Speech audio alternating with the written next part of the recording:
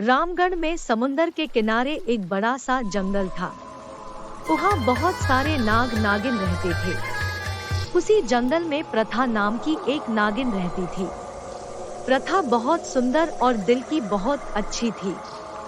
प्रथा की दो सहेलियां थी, सेशा और अंशिका। सेशा और अंशिका प्रथा को पसंद नहीं करते थे, उसको ईर्ष्या करते थे। दोनों नागिन प्रथा के सामने बहुत अच्छी रहते थे, लेकिन पीठ पीछे बहुत बुराई करते थे। ये बात नागिन प्रथा को पता थी, लेकिन वो अपनी सहेलियों से कुछ नहीं कहती थी।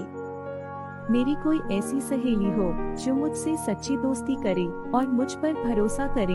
एक दिन समुंदर में बहुत बड़ा तूफान आया। हवाएं भी तेज से हुई। रात भर जोरों से बारिश हुई। अगले दिन सुबह नागिन प्रथा और उसकी सहेलियां समुंदर के पास गए। उन्होंने देखा एक जलपरी समुंदर से बाहर आकर बेहोश पड़ी है। ये तो एक जलपरी है, शायद कल रात की तूफान में समुंदर से बाहर आ गई है। चलो उसकी मदद करते हैं। हमें तो बहुत काम है, हम जा रहे हैं, तुम इसकी मदद कर दो। अपनी सहेली की ये बात सुनकर प्रथा बहुत उदास होती है। खुद अपनी नागिन रूप में आकर जलपरी की मदद करती है। अपने हाथों में जलपरी को उठाकर समुंदर में डालती है। जैसे ही नागिन प्रथा ने जलपरी को समुंदर में डाला वो ठीक हो गई। वो ठीक होकर ऊपर आई। प्रथा का जलपरी ने बहुत बहुत धन्यवाद किया और दोनों बहुत अच्छे दोस्त बन गए।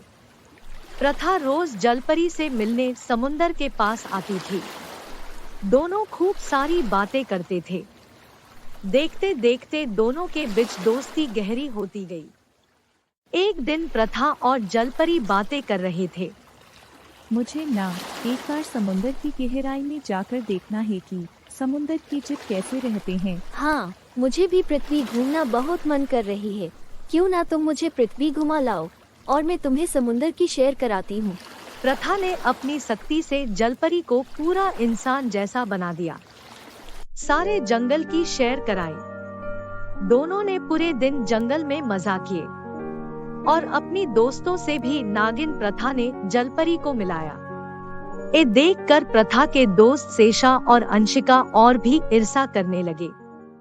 अगले दिन जलपरी प्रथा को समुंदर की गहराई में ले गई, पूरे समुंदर की सैर कराई और अपनी माँ से भी प्रथा को मिलाई। समुंदर की सैर करके प्रथा बहुत खुश हो गई। समुंदर तो बहुत ज्यादा खूबसूरत है, मुझे बहुत अच्छा लगा समुंदर की सैर करना। हाँ, मुझे भी जंगल बहुत अच्छी लगी। नागिन प्रथा और जलपरी की बढ़ती हुई दोस्ती को देखकर नागिन सेशा और नागिन अंशिका बहुत ईर्ष्या करने लगे। इन दोनों की दोस्ती तो बहुत गहरी होती जा रही है। अरे हाँ, कुछ ना कुछ तो करना पड़ेगा। अगले दिन जलपरी नागिन प्रथा का इंतजार कर रही थी। तभी वहाँ पर सेशा और अंशिका पहुँच गए। प्रथा कहाँ है? तुम्हारे साथ वो क्यों नहीं आई? तुम्हें पता है, प्रथा तुम्हें पसंद नहीं करती। वो तुम्हारी पीठ पीछे बहुत बुराइयां करती है। कल तो प्रथा ने कहा था कि आज के बाद वो तुम्हारे पास कभी नहीं आएगी। नहीं नहीं, प्रथा तो मेरी बहुत अच्छी दोस्त है। वो मेरी बारे में ऐसा कभी नहीं बोलेगी। वो तो मुझे बहुत पसंद करती है। ऐसा नहीं कह सकती का क्या मतलब? क्या हम तुम्हें झूठ बोल रहे हैं? देख लेना, आज के बाद वो तुमसे मिलने कभी नहीं आएगी। मुझे प्रथा के ऊपर पूरा विश्वास है। मैं अभी यहाँ से जा रही हूँ। जलपरी जाने के बाद नागिन शेषा और नागिन अंशिका प्रथा के पास गई। प्रथा, तुम्हें पता है, हम अभी अभी जलपरी से मिलकर आ रहे हैं। वो तो तुम्हारी बारे में बहुत बुरा भला कह रही थी और वो हमसे बोल रही थी कि वो तुम्हें पसंद नहीं करती।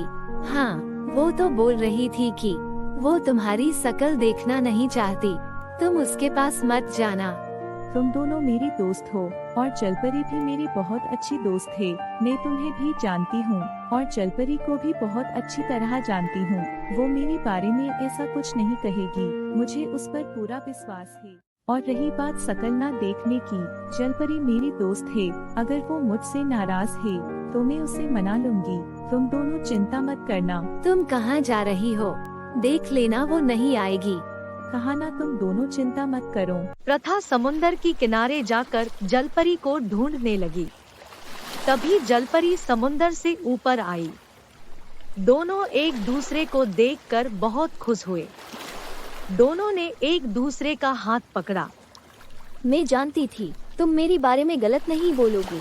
मुझे तुम पर पूरा विश्वास था, इसीलिए मैं ऊपर आई तुमको देखने के लिए।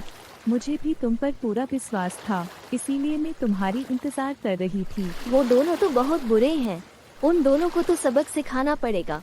मैं उनको नहीं छोड़ूंगी।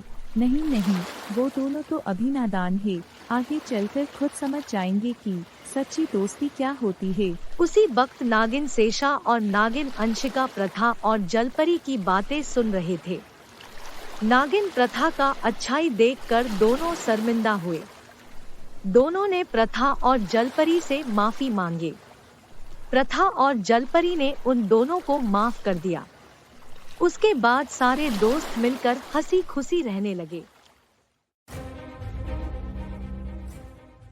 आपको मेरी वीडियो अच्छी लगी है तो अपने फ्रेंड्स के साथ शेयर जरूर कीजिए और हाँ दोस्तों, लाइक और सब्सक्राइब करना मत भूलिए।